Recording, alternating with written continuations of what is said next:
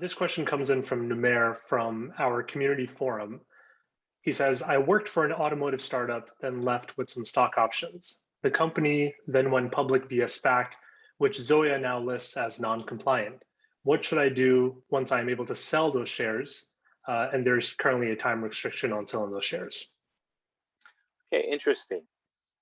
So I would be interested as to why Zoya lists it as non-compliant.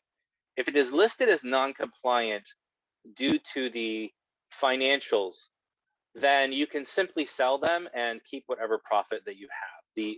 The gains that you have on those restricted stock units are not a result of impermissible business revenue or impermissible gains. Obviously, if there is impermissible gains of any amount in the business revenues listed, you still need to purify that, but it's not falling out of compliance because it's in an impermissible business sector. So if it failed simply on the financials when it was acquired by the SPAC, then you can, and the gains are simply because of the price, then you can simply sell those and keep those. If it failed on the business revenue, then you would want to purify any of the impermissible revenue, and then you could keep whatever is left of that, but you would have to exit it. Would the rules of gifts apply in any way here? So if, for example, someone were to gift you a stock that was non-compliant or a bond, and you as a receiver obviously did not make the conscious decision of investing in it, but you acquired it via gift. In that position, would you still have to purify, or are you able to just liquidate it and keep the cash instead of holding on to the non-compliant investment? So I'm glad that you asked that question, because I think there's some nuance in the questioner's question that maybe I missed in kind of jumping to his current situation.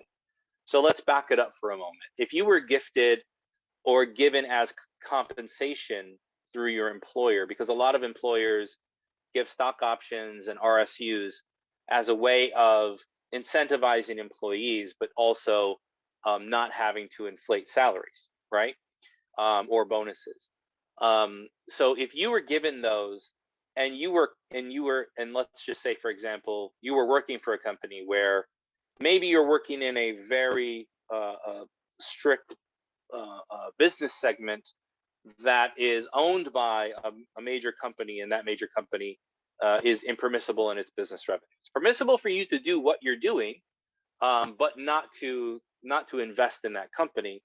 In that case, you would want to cash out at the time of acquisition or at the earliest time that you can do so without taking a loss yourself. Meaning that if you've got to wait 6 months in order to have that window open in order to be able to trade those, or to do so without a great tax liability, then that's where the gift idea comes in, where when hands change of something, then the ruling about permissibility changes.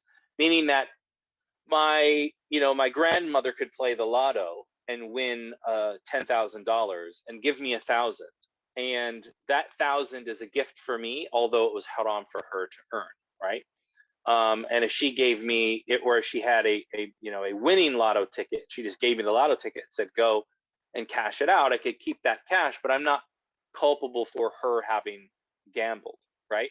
The same thing with a company. If their business revenues are impermissible, or if the company is graded thereof as such, then I can take those RSUs or those options and cash out as soon as is convenient, so that I'm not taking a loss or a tax hit.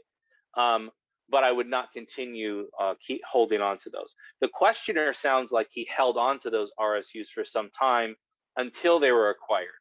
So if he wanted to be the safest, he would just take out whatever value was in there the day that he acquired the RSUs.